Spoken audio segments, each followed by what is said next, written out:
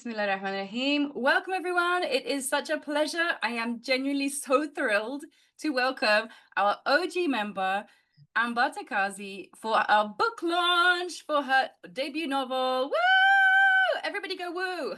You don't hear me go woo, but everyone go woo, okay? um, Honestly, just a little side note, and just to be a bit of a fangirl, I was Insta stalking Ambata before she became a member, before we started the Muslim Writers Salon, and We're just so insta impressed by stalking her each writing. other. What, sorry? I think we were stalking each other. Oh, really? Okay, so it was a mutual stalking. Right, right. Just an insta friendship, you know. Insta friendship was there, and so I was so happy that she joined in the very first cohort, been with us from the beginning. Allahumma barik. It's been so amazing to see this whole process go on. To be able to watch your not watch but to know you as you're writing this novel, and to all the way through to winning an award and having it published. So mashallah, tabarakallah. So we want to hear all about this. I'm going to read a quick bio for anybody who doesn't know Ambata yet, which is obviously very surprising because it's going to be a household name within weeks. All right. Inshallah. So about the book, let's do the book first. Far Away From Here is about three young Black Muslims on the cusp of adulthood, confronting faith, tradition, and the impact of their personal decisions in 5 years post Hurricane Katrina, New Orleans. It won the 2023 Step Publishing Award and was published with Spark Press in August 2025, literally just a few days ago on Tuesday. Ambata is a writer, editor, teacher, and workshop facilitator. She was born and raised in New Orleans, Louisiana, with a long lineage in the city. She received a Master of Arts in English and a Master of Fine Arts in Creative Writing from the University of New Orleans. Her writing has been featured in Carve, Torch, Literary Arts, Muslim American Writers at Home, Craft, Midnight and Indigo, Podunk Review, I hope I've pronounced that correctly, Yeah, hold and on. yeah, okay, cool. And other publications. Links to all of her published writing can be found on her Instagram. Ambata is the senior editor at Sapelo Square and has worked as an independent developmental editor for a variety of projects. She's also on Substack. I really recommend her Substack. It's really brilliant and very real, which is exactly what comes through in all of her writing. So, mashallah, it has been an absolute pleasure to read this work. I was an advanced reader, had my first well, not the first, but the first novel that I'd been sent an e-arc to give an endorsement for, and I was like, wow, this is Ambata's book. It was so exciting to read, and such a great book. So, mashallah, I can really rave about it all day long. But I want you to get to know Ambata and hear more about the story. So, over to you, Ambata. Tell us about how this book came into being. Oh, okay. All right. Well, so it started out as a short story that I wrote in my MFA program. And it was just kind of like a one-off story. It started from I did an exercise at a writer's retreat to write snippets of dialogue, right? We had to imagine that we were just like overhearing, dialogue. And so it was a series of different dialogues, and one that I wrote about was two men on a train talking about crime in New Orleans, right? And it's particularly a recent murder that hadn't been reported in the news. And I wrote that dialogue. That was actually something that happened to me. I was in my home, uptown New Orleans, and I had heard gunfire, and didn't know what had happened. Was checking on the news, trying to find out what was going on, and didn't see anything. So I was like, oh, maybe it was something else, right? Maybe no one got killed. But then I was walking my son to the park maybe a few days later, and saw angel wings painted on the street with the person's name. And that was right, so I knew that was where I had heard the gunfire. And so that really, disturbed me that, someone could be murdered and you wouldn't even find out about it, right? Unless someone hadn't put that on the street to memorialize this person's death, because, it no one should, that shouldn't happen, that someone is killed and then it's not even reported, So that I had that little snippet of dialogue. And from there, yeah, I wrote a short story, right? And it was Fatima on the train and just thinking about this. So I was interested in this character. And years went by. I wrote this story. I read it at an event, and then I didn't think anything of it. But I was finishing up my MFA program, and I was living in Connecticut, and I wasn't working yet. I was, applying for jobs, and so I was kind of like, okay, I need to do something. I have been writing short stories for years with my MFA program, and I was like, I do not want to write another short story. And so I was like, well, maybe I can, maybe now is a good time, to start a book. And I had a different idea in mind, for what I was going to write about. But, I was living in Connecticut, it was wintertime, and I was really missing, home. And so it just kind of came to me like, no, I need to write something about New Orleans, and it was just a really strong feeling that I had. And so I remembered the story that I had written. And so, I kind of toyed with it in my mind for a while. And then this story, began to take shape. And so that was the beginning of it. So that was in 2018 that I started writing. And it took many turns in the years of writing it. And I did not write every day. I'm still still working on that discipline. There were long periods of time when I didn't write, but it started out, it was just going to be Fatima's point of view. And but then I was interested in her friends, the two other characters, Saif and Tahani. And I became more and more interested. I was writing about them from her perspective, but then I was like, well, no, maybe they can have their own chapters, and so that's when the story opened up, and with these three characters. And I was nervous to do that because new writer, and I was like, am I really trying to write a novel with three different characters? And so I was really worried about getting it so that it was seamless, which I don't know if I necessarily succeeded, but that was my goal, to have a seamless story, with these three different characters. So I really felt that it went from being the story of this one character to opening up like the experiences of like young Black Muslims in New Orleans, and with these very different perspectives. So I'm in that sense, I'm definitely happy with the outcome of it. I feel like it's a fuller story. Mm, that's Yeah. so interesting. I find it really fascinating that the seed of it was literally an exercise in a writing course and a writing program to write a piece of dialogue. And it's sparked by a real experience. Of course, all fiction has to have some kind of resonance with reality. Otherwise, it doesn't land, it doesn't reach us, right? But from one exercise that you were, given, it wasn't just something that came to you to do, which of course you could do as well. It could come from that too. But it's so interesting to see that process of how that one little thing kind of grew into this big thing, and then, oh, let's open this door and let's open this door, and suddenly there's a book. Well, not suddenly, but like there's the scope for a book, and then you just have to do the work to develop it. And I love how character driven it is. I'd love if you just speak to a little bit to like how you get into writing characters. One thing I noticed that you really dealt with their mannerisms so beautifully. Like you could really picture every single one of those characters. There's one scene where Tahani is not wanting to give spoilers for people who haven't read it yet, but she's a character who has two small daughters, and she's praying and she's listening to the girls like playing and talking behind her, and then they start getting irritated, and then they're like she does her salams and they climb on her. It just feels like I was living that experience, like because I have lived it as well in some way.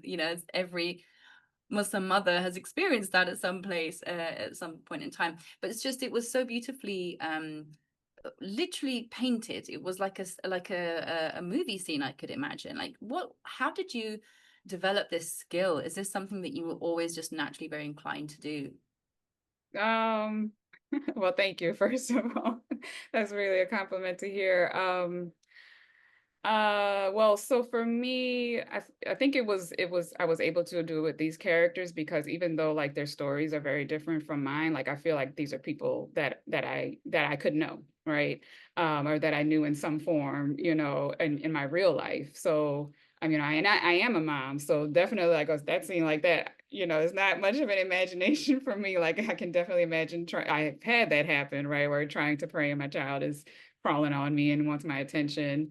But I don't know. I guess I just do a lot of mental work with the characters, and really trying to think about them. And then with this book, I did write like stories from the different characters' point of views just to kind of get to know them better.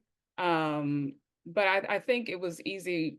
Well, I hate to say easy, but it was maybe not as challenging with this book because I already felt like I could know these people, like I had known them already. So so it would be a good exercise to like write from a character that's like very different from me and see if I can come even close to that.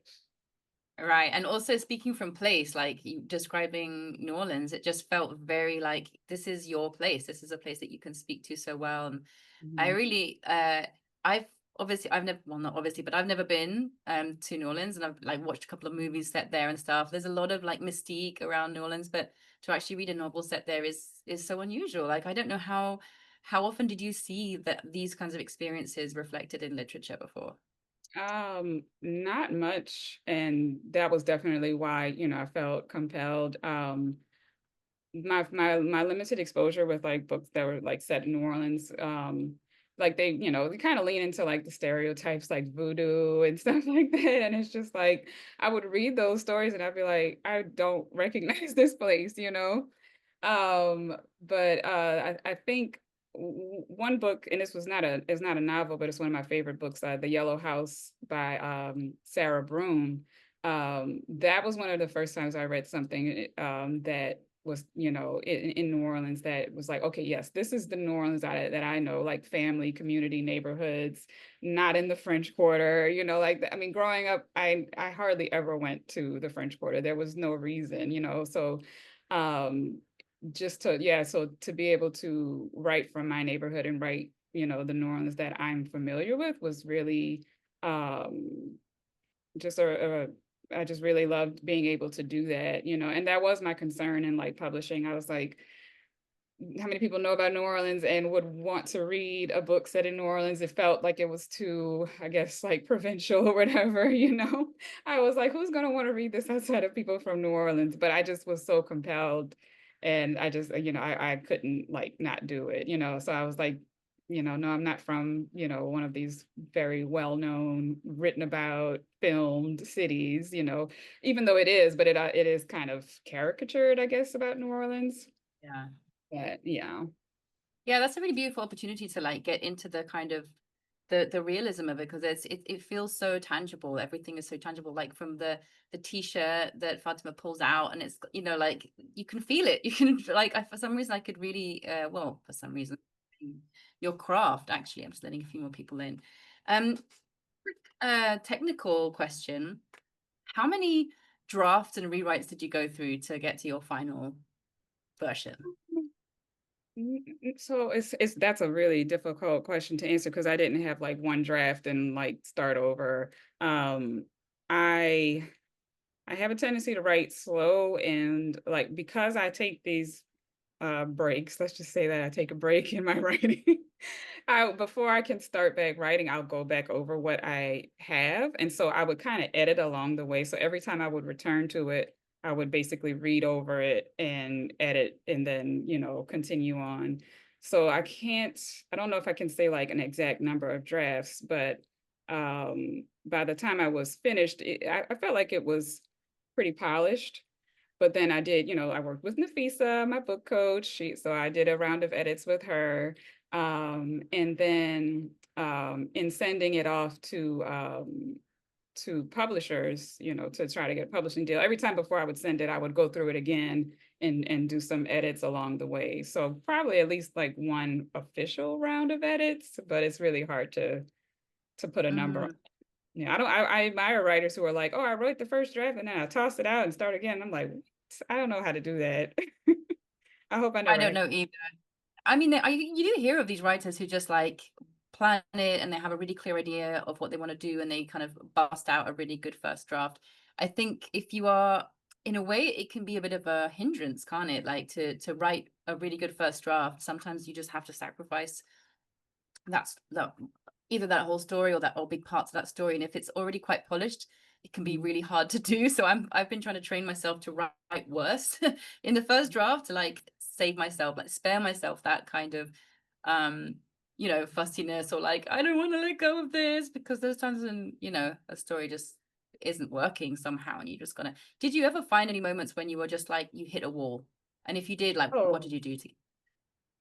yeah, so typically, so to your previous question, this was something back when I was on Twitter. There's a writer, Matt Johnson. He used to, I don't know if he's still on there. I don't know what Twitter is these days, but he would share a lot of like writing advice. And one of the things that he said was about focusing scene by scene.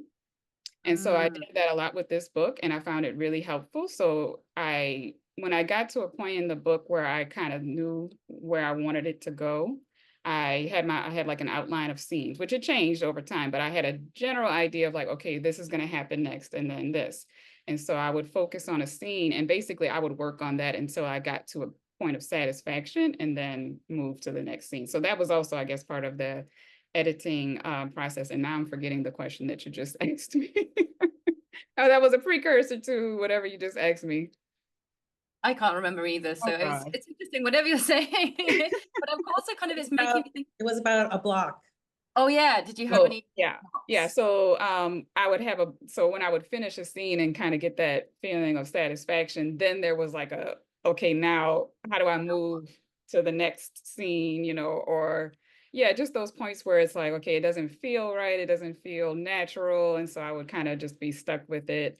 And I try to just like sit with the work, just even if it's just reading it, even if it's just tinkering with, until I get to like, oh yes, this is where I want to go. And I found that helpful, just to just sit with the work, don't, wait till I feel compelled to write, the next part. Yeah. Oh, interesting. And I find it really interesting as well how you said that this following the scene by scene pattern. I can really understand. I can see that in the writing in the book itself, because partly because of these different changes of viewpoint, it's like you do see those scenes, and perhaps that gives it a little bit of a film-like quality as well. Like you can kind of picture the scene, and then you move on to the next scene. You don't have to have a lot of segues. I think that might be a mistake that a lot of writers fall into, is to think that you have to explain all the bits in between, and you have to kind of set up, and then this happened and then this happened. And it doesn't have to be that way. It still feels really natural, because it's almost like a day, here's an hour of time in this specific place. Here's the spotlight. This is what's happening to these people. And then it's like this, the stage goes dark, and then you see somewhere else. You don't have to kind of patronize the reader by like giving all this information.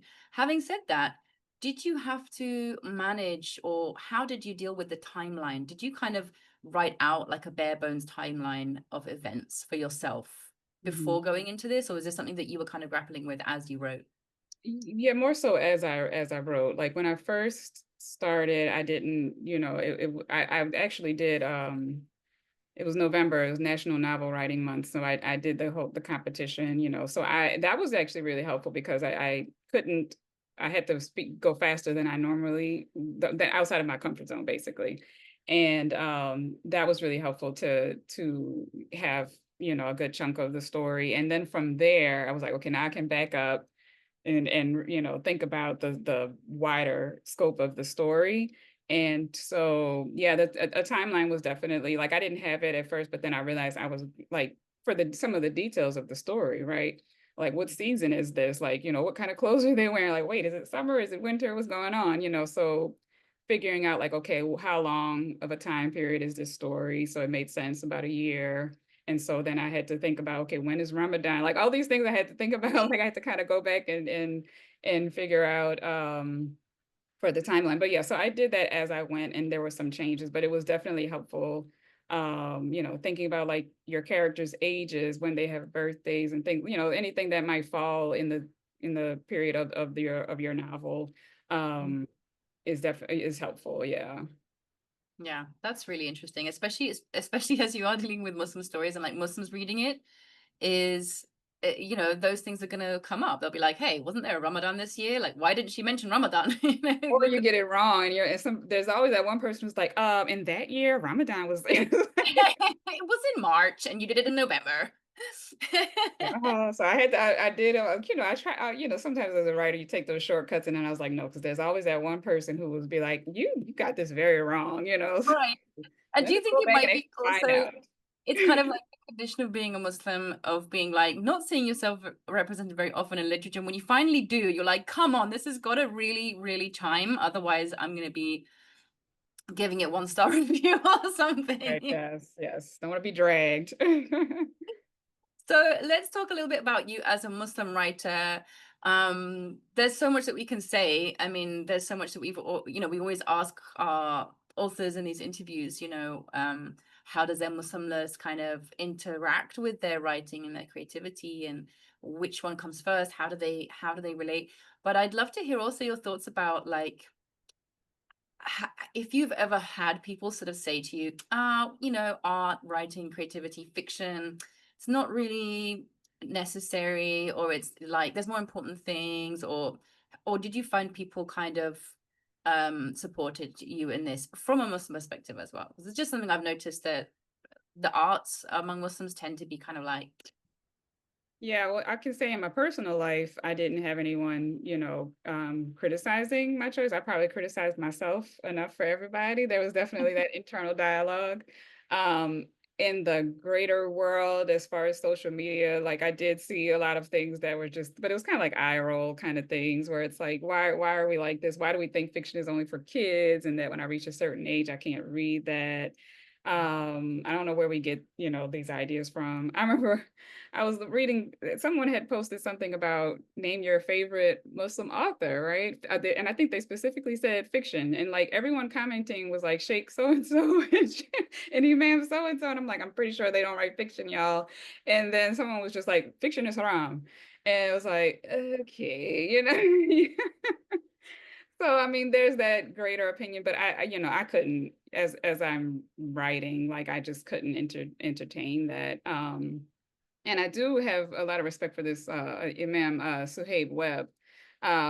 He has done some talks where he talks like about everybody contributing from their own skills and talents, and like the need for the arts and the sciences and math and all those types of things.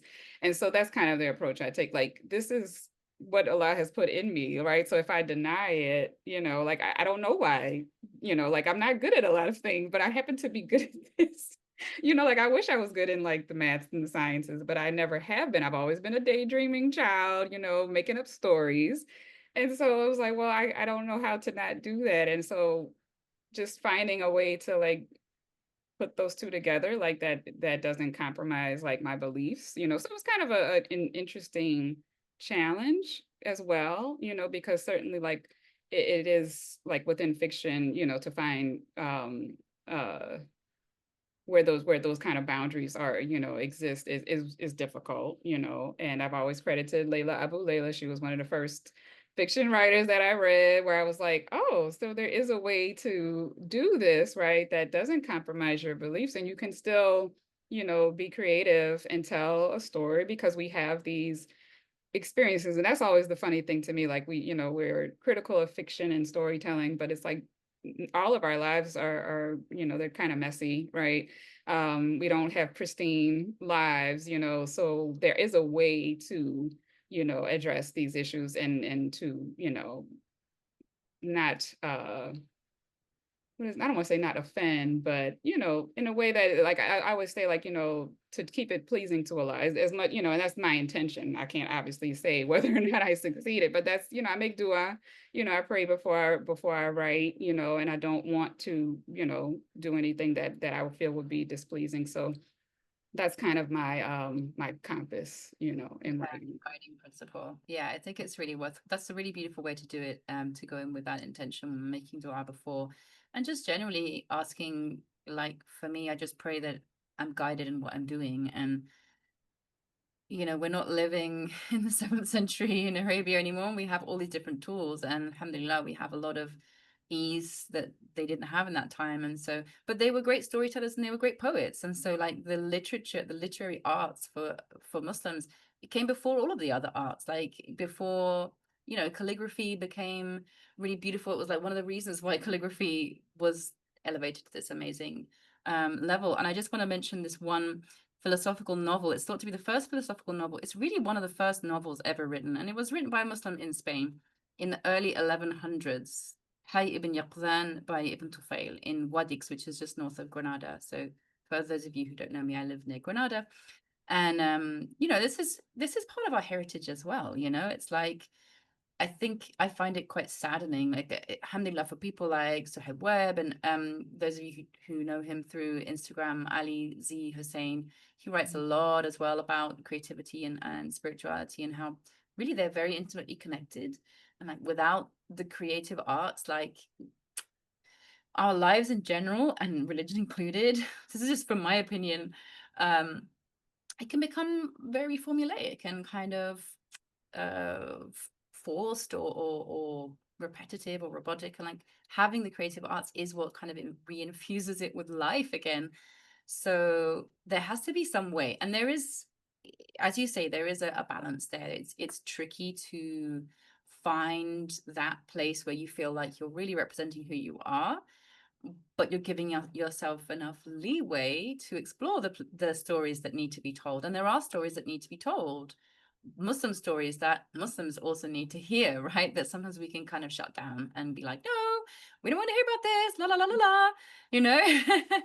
So I mean, this is very early days because we're still waiting for lots of people to read the book. But what kind of feedback have you had so far?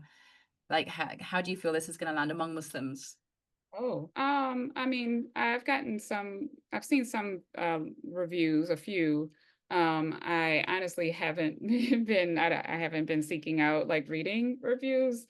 Um, just because I was like, don't, because I know how that can go. Like I used to be on like, was it Goodreads and things like that, and I would see, and it would kind of frustrate me as a writer because,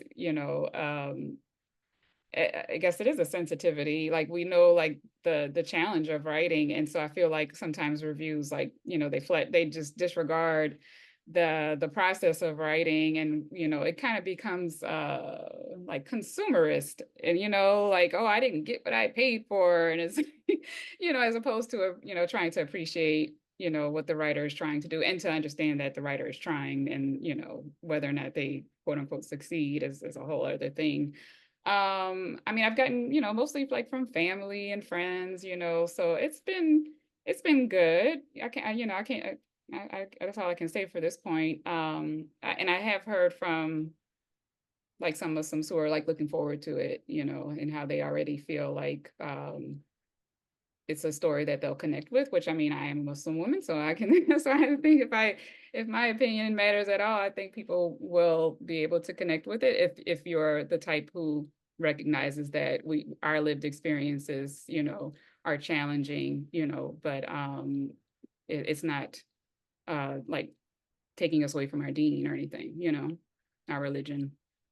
In a on the contrary, in a way, like the stories that you tell, I think because they're so human, they're so humanizing as well, they kind of they restore the humanity of people who kind of might otherwise, without giving too much away, but it's about young people who have in some ways a kind of complicated relationship with religion and also with the religious community because of certain things that have happened.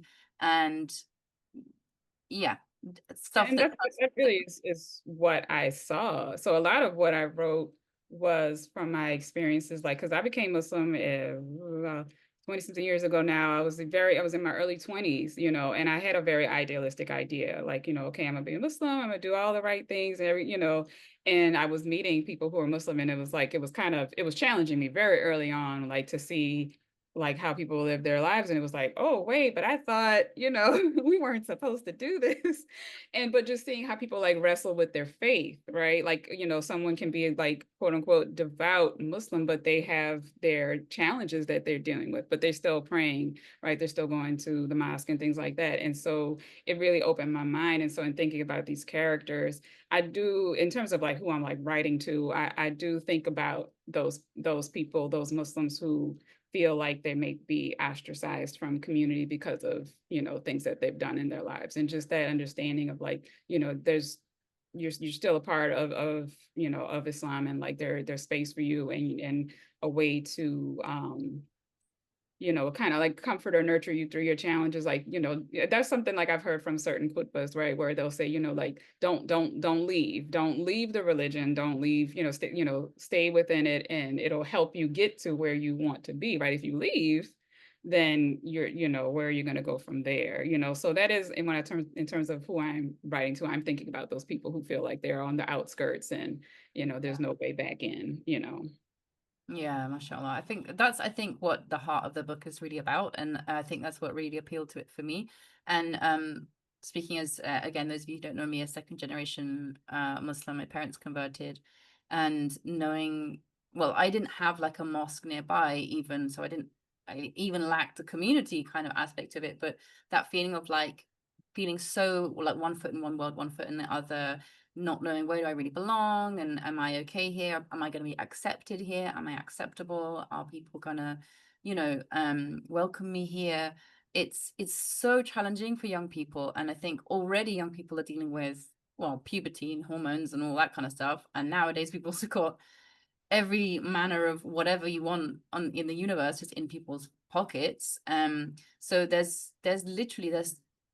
a huge, that's a raft of challenges for young people, and if on top of that we have these very kind of, I'm really glad you brought up this word idealistic, like an idealized vision of Islam, because just from my perspective, going online, seeing stuff on about Islam on Instagram, or I'm not on TikTok, but you end up seeing these kinds of videos, or on YouTube Shorts. Quite often it sort of presents this really kind of rosy view, and it's so gorgeous and beautiful, and it's all the kind of conversion stories, and like it's so kind of attractive and enticing, and I could totally see why someone from the outside would be like, wow, this is so amazing.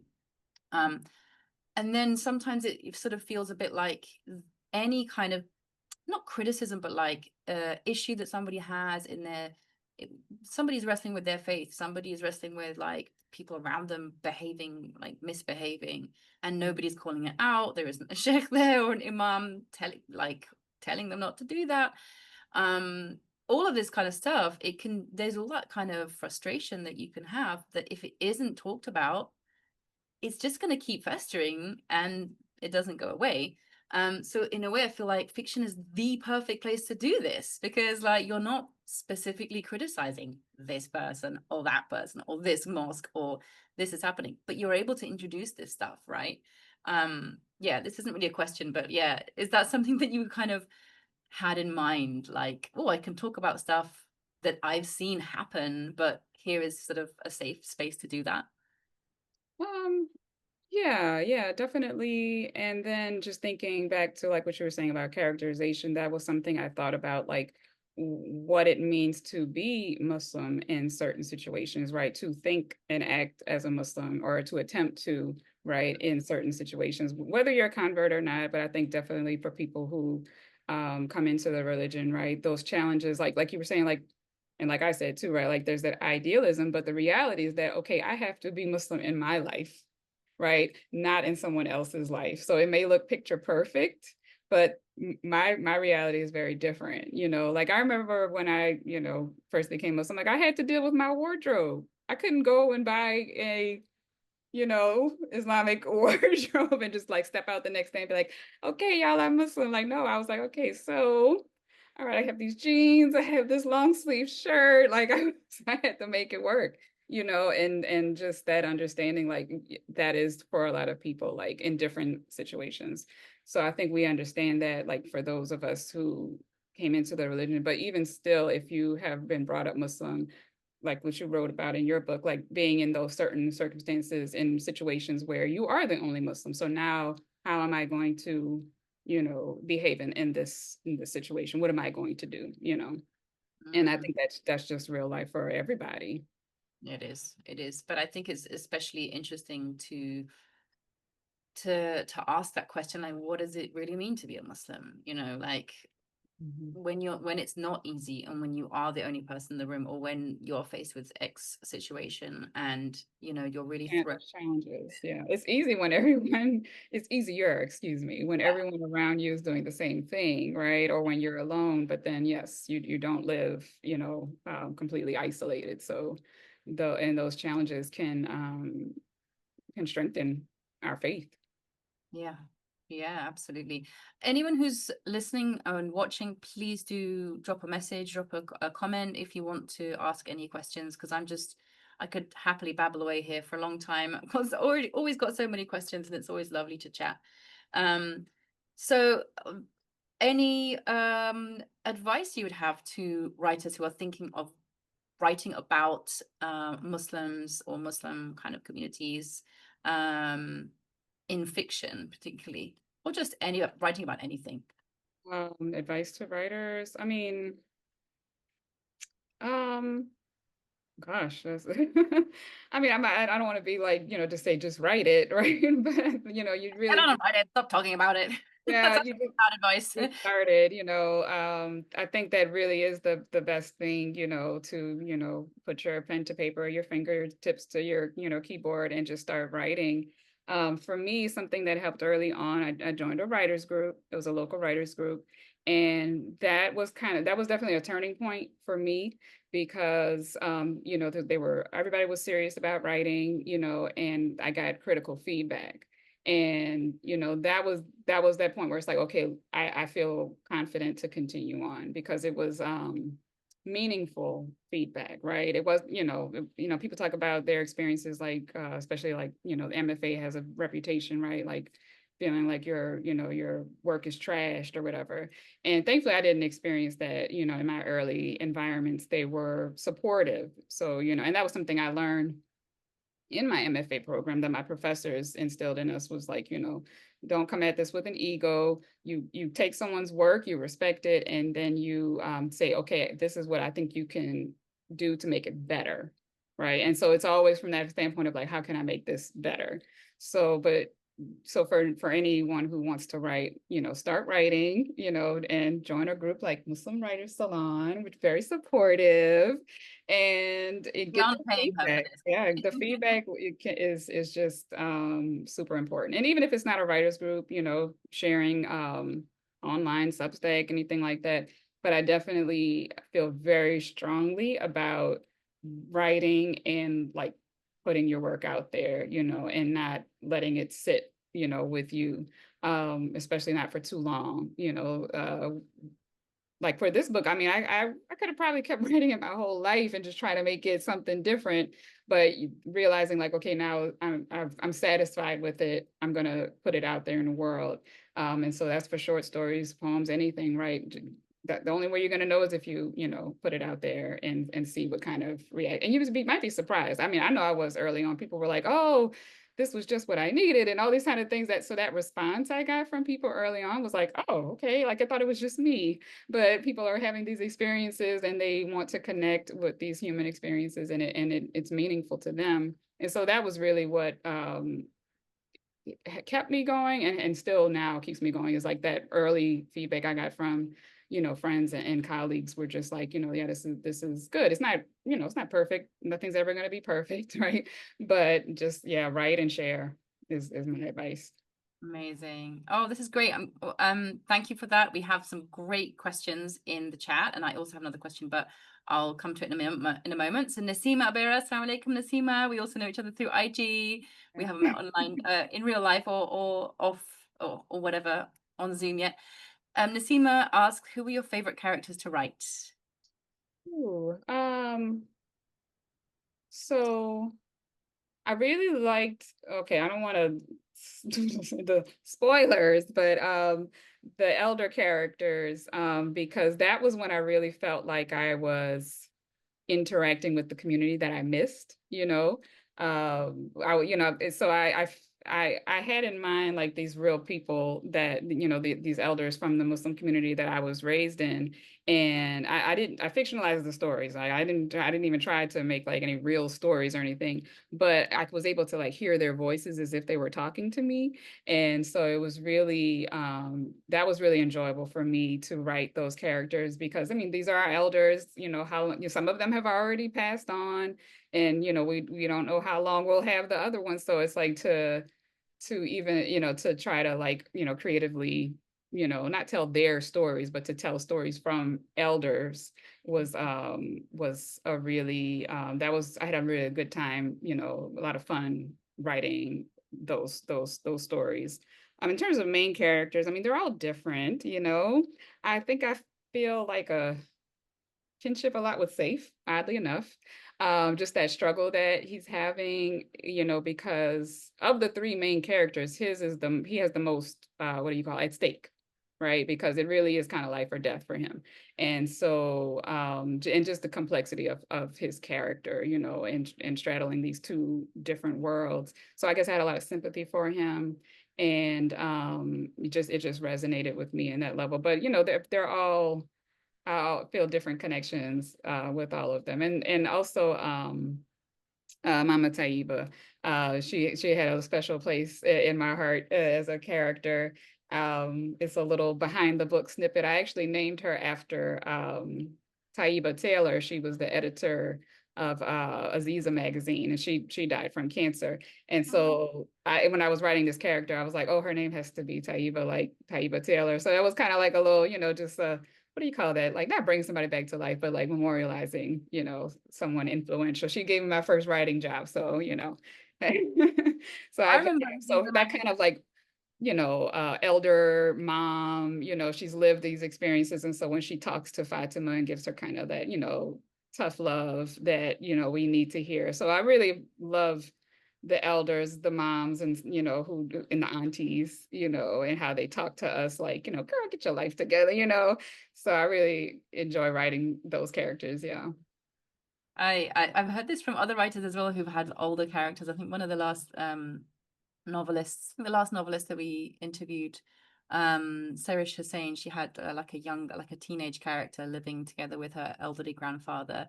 And she really loved writing from his character as well. And it kind of makes me feel a bit like you're almost projecting into yourself into the future, right? Like the future you that's like figured it all out and is not stressing about all these little things that we always get caught up in now. And it kind of brings a lot of calm somehow to have those voices. They're very calming.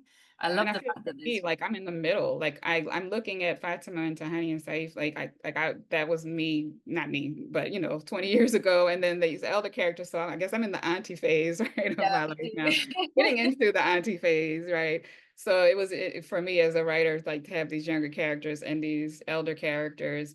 And I guess because I am getting older, like I have a lot more appreciation for the elders. You know, when I was in my 20s, it was like, oh, you know, you all just old fashioned. But now you're like, they had a lot to say, and it was like now I'm living it, and it's like they were so spot on. Yeah. Amazing. MashaAllah, Allah bless our elders. Stacy asks, Hiya, I came to this book via NetGalley and have loved it so much. Would you do a continuation of this book? Interesting Oh, question. I think, Stacy is there. Continuation. I hadn't thought about it at this point. I don't think that would be off the table, but I would probably need some time away to even think about like, you know, what that could look like. Um, so it's not that's not a no, but not like I don't have any immediate plans to revisit these Not characters. turning into a saga of like 7 volumes. Right, because you know that's that delicate balance too. Like when you continue a story, like have I gone on too long and too far and too deep into it? And yeah, That's so actually, well, that brings me to my question, which I'll ask now since we're already here, is how do you know when to end? How do you end a story? So I actually knew the ending for this book before I finished, and I actually wrote it before I had finished the book because it was in my head so strongly that I was like, okay, if I don't write this down, you know, and just get it out my head, I won't be able to continue. So I had a very clear, and this is in the epilogue scene. I just had that very clear visual of like, oh yes, this is how it ends. Like the story is going to end. This is where it's going to close. Excuse me, not end, but that's Hmm. where I'm going to close the story. Yeah. Oh, did that give you a feeling of like something to work towards since you already Yeah. had that kind of end goal in mind? You could just sort of be like, okay, now I just have to put the pieces in place to get there. Yeah, it was, and that came about maybe somewhere in the middle of the story, you know, Mm. as I was again thinking about that timeline and the what do you call it, the story arc, the scope of events and things like that. So it was definitely helpful to think like, okay, in terms of where are they going, what are they doing, and how does that get them to this point, you know? Yeah. Mm. Yeah, because there's one thing I find very, very difficult with writing, especially with a fictional story, because it's like you can end it however you want, but the story kind of has to end the way that it wants to end. And And where, yeah, and then that, like, the whole service to the story, like what makes sense for the story, it may not be what you want, mm, so that challenge of like, but this is what I want as a reader, but no, that is not gonna work, for the story. So yeah, it is challenging. I will say, like in my experience with short stories, like I have a clear sense of the ending, that I feel is like a satisfying ending. I'm really good. I like to have a satisfying ending, like where you feel like, okay, I've learned enough, I'm hopefully rooting for these characters. So I like endings, I guess. So I'm already always thinking about where is this going to end? that's interesting because yeah, I never really have the ending in mind until at the very last minute, and then I'm like, okay, I can't go any further with this, and that's it. It's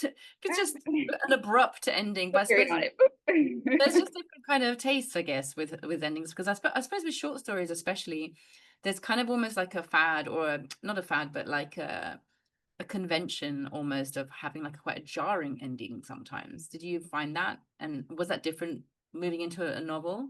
Well, so I didn't have any of that with this particular story. I can say as a reader, jarring endings, like, yeah, I mean, it is what it is. I've read books that had like really jarring endings, and I was kind of like angry and frustrated, like, how dare Same. you end the book like this? But there's also like that's writer skill too. Like if it's done well, right? So there's always in me now when I'm reading books, I can't get that out of me now as a writer to think like, okay, I didn't, I have my feelings about it, but was this a good, like, skilled ending? It's like, dang, okay, all right, it was skilled. I'm still mad, but they did, yeah. I have to concede you did it well. I don't like it, but you did it well. Exactly. Yeah, I really, really hated the ending of The Life of Pi. Oh, I loved the book so much. Oh yeah, I was like, well, Oh, wait. what? That was the one moment I really felt like I wanted to wring an author's neck. Mm. But that's up to them, isn't it? Okay, so Maria Khan says, Jazakallah khair for sharing your experience. May Allah subhanahu wa ta'ala put barakat in your work, inshallah. Ameen.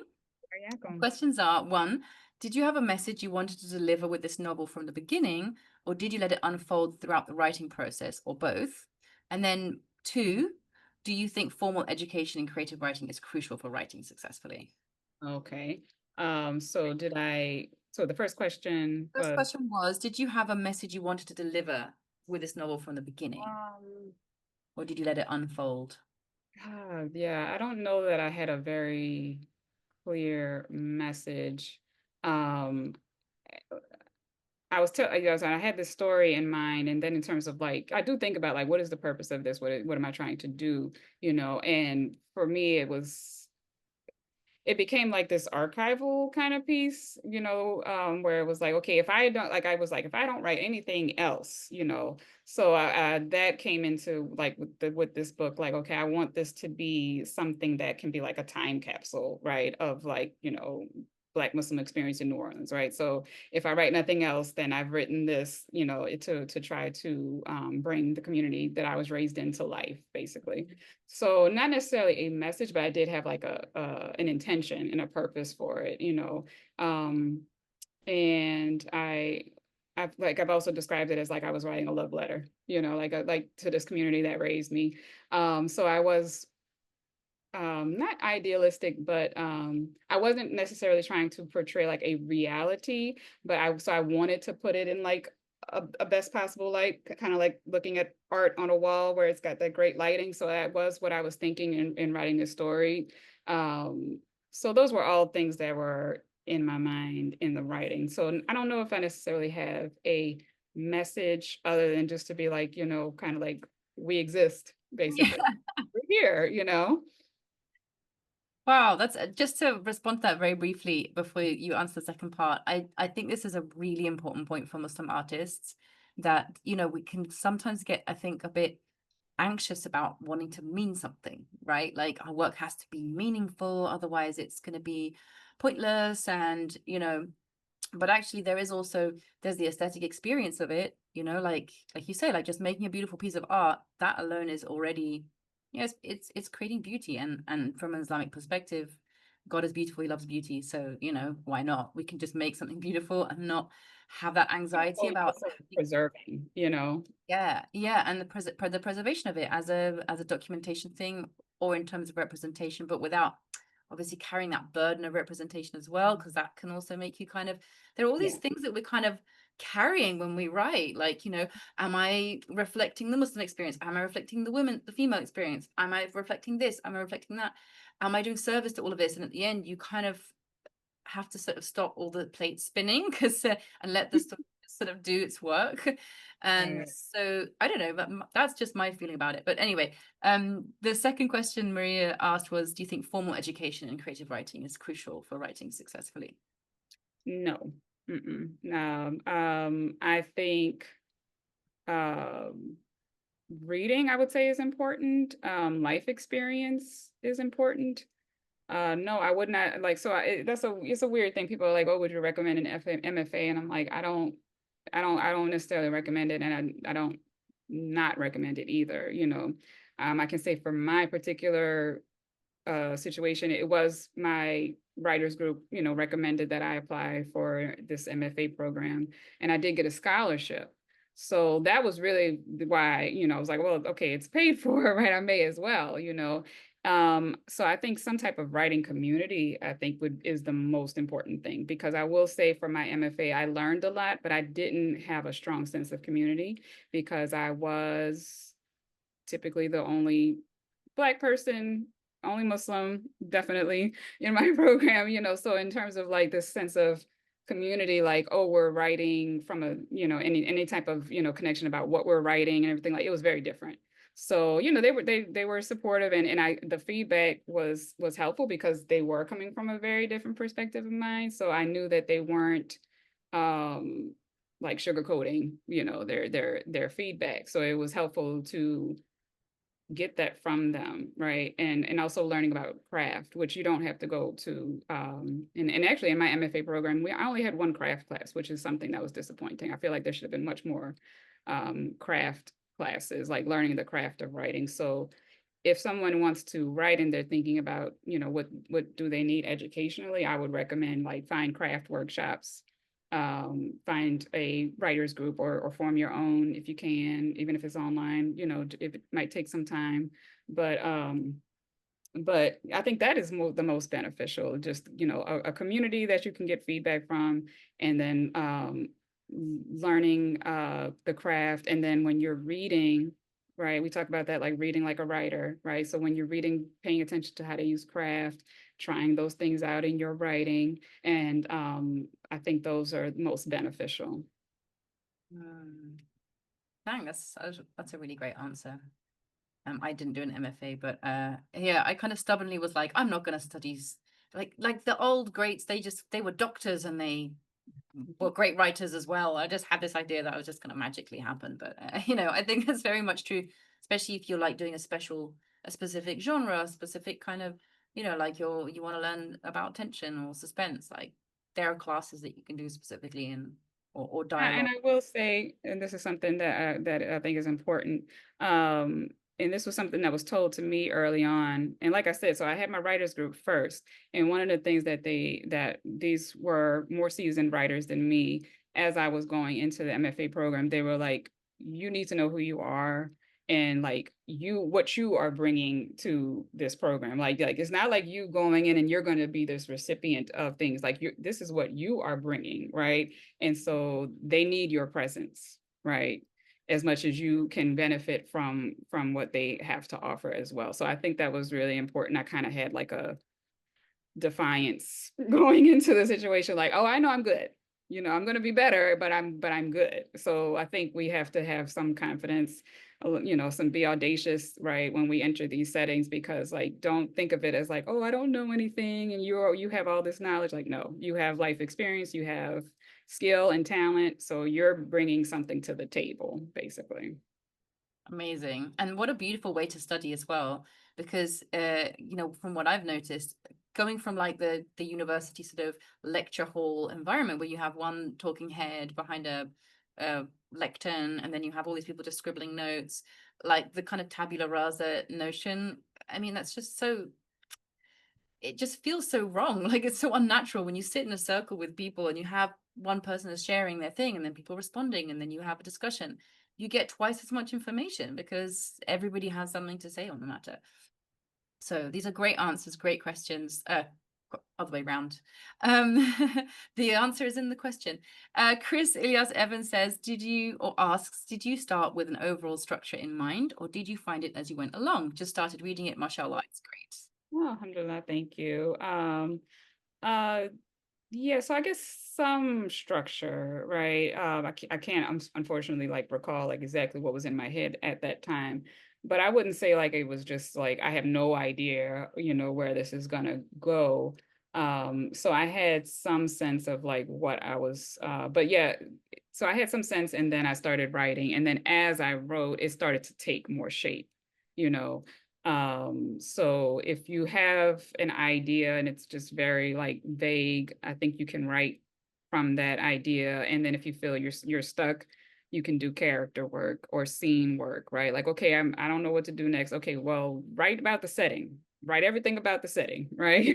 What's the time period, all those types of things. Put all of that, and then in that process, I think something will come out of it. Or you can say, okay, right, I'm going to write it, put these characters in a different situation, maybe, so I can learn more about them. And maybe that will lead me to thinking about what this story is going, to where it's going to go, right?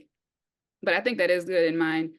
I don't think you have to have that when you start, but that was something my writing teachers told me, like always have just that question as you're writing, like where am I going with this, where is this, where am I taking my readers, right? So you may not know at the start, but if you're paying attention and you're asking that question, I think you'll get there. Yeah, beautiful. So Nafisa says she loved the elders. She says, I love the elders. I heard and saw them, mashallah. Yeah, I really felt their presence. They were just like you could cuddle them. They were some of them were very cuddly, I thought. And Nasima says, I remember that magazine. I think this was from when we were talking about Aziza. And Nafisa adds, writing the ending is a great way to start a novel. And you know what? I think there's so much brilliant pieces of advice here. I'll just ask one more question. Well, I have a couple of questions to wrap up, but one is, you mentioned earlier, The Yellow House. Are there any other really amazing books that you would recommend people to read? Ones that maybe influenced you in your writing or that you learned a lot from in Yeah. terms of novels? Okay. So, I mean, and this is obviously, my my particular taste, but one short story that I really loved, Jhumpa Lahiri. It was in her collection, The Interpreter of Maladies, and the story was called A Temporary Matter, and I think you can read it online, like if you search it up. It's an old story, but I really, in terms of thinking about like, oh, what kind of writers do I like the way that they write? Early on, I was like, I really liked the way that she wrote, her stories and her characters, and so that kind of that skill, like you said, about characterization. So I read that particular story many times. I even wrote like kind of like a copycat story of when I was starting out to write, like just to because I really like that style, which was like she has like kind of like a quiet, stark voice where she's very like aware of her characters and like doesn't shy away from like talking about those things about them that they wouldn't want anybody to know, which is just really brilliant. And that's one of those things that I'm still working on, like that type of depth in characters, like revealing the ugly parts of people. It's like, no, I don't want to write about that about them. But that's what really, really fleshes them out. So that's a story that I like because of the style and the characterization. And it's like two characters, they, having a failing marriage, which is a very tense situation. And just the way that she, gives their backstories and how they got to this point in their lives was just really interesting. So Jhumpa Lahiri, I like her writing. Layla Abu Layla, I've already said. And Toni Morrison is, just a favorite. I'm kind of drawing a blank. I'm always reading books, and now I'm struggling. People ask me to sing a song, and I'm like the jukebox that's like been unplugged. I suddenly like zoop, nothing. Yeah. Anyway, that already is fantastic because that gives us a task to go away and read. Assalamu alaikum, Rose. Thank you for joining. And I would just love to answer, like, wind this up on a very, it might sound a little bit esoteric, but like, what is story to you? Like, why are stories valuable? Why do you Oh, love story? okay, I really like that actually. So I was thinking, it's funny you mentioned that because I was thinking about that just the other day. I guess I was thinking like, what kind of questions is she gonna ask me? Let me be prepared, like it's For class. once, I didn't actually send the questions in advance, but like, I I think said, you know what? We don't have to do that. I started to ask, but I was like, we don't have to do that. We'll be all right. spontaneous. Yeah. So there's a writer that I love, Leslie Marmon Silko. She's from the Laguna Sioux Nation. And her book Ceremony. It was written in 1977, and I know because it was the same year as Song of Solomon, and I wrote my English thesis on ceremony and Song of Solomon. But so in the beginning of the book, she has these unnamed characters talking, and they're talking about story. And the female is a man, it's a man and a woman talking, and the female says, the stories are all we have to fight off illness and death. And so that's just always been like, like, so that's what story means to me. Like it, like again, I said, like preservation, like how do we preserve our existence? And we've done that throughout time by telling stories, which is why it's so important, to me. So yeah, that really is for me, like it's an essential way of preserving our existence, that inshallah will outlive us. Inshallah, inshallah. That is the dream, isn't it, for a writer to have a book in print that after you've gone from this one, people can still hear your voice. And that's Yeah, I true just for wanted to writers that contribute something. Yeah. you can kind of go back. And just the act of writing, I think, as well, not just the actual end product, but I feel like the act of writing is also a kind of, it's so enlivening because it forces you to come back to the truth of who you are, and just this desire to keep writing. It's so connected to kind of vitality somehow. It makes me think of, this is a very different scenario, but in round about the first turn of the second millennium, these Vikings landed on the coast of Iceland, and nobody had ever landed on, no humans had been on Iceland before. There'd been no predators. There were like ducks and deer that were like reindeer that would like come up to them. They had no fear. There was there would have been no killing on this island. It's crazy. And but there was obviously like very long months of winter, so they would spend all the winter months, they in the autumn they'd slaughtered the reindeer and salted the meat and kept the fat to make lamps and used the skin, and then over the course of the winter they would burn the lamps and they would write these epics, like they're very very long epics that they were writing because they just had literally nothing else to do. Can you imagine? It's just like dark day and Yeah. night. What are we going to do? I have to kind of remind myself I exist. Yes, yes. I Keep love writing. that. It's kind of a crazy image, but it does come back to me periodically. Like, that Mhm. is the thread. It's the kind of a light. It's the light in the dark. Yes. Beautiful. Thank you so much, everyone. I don't want to take any more of your time on a Saturday. Thank you so much, Ambata, and congratulations, Mabruk. We're all super excited for you. Thanks everyone who came out. and Congratulations. and everyone enjoys reading the book if you haven't read it already. We'd Inshallah. love to know what you think as well. So thank you so much, Ambata, and congratulations. Thank you. Thanks, Assalamu alaikum, Ambata. everybody. Thanks for coming, everyone. Assalamu alaikum.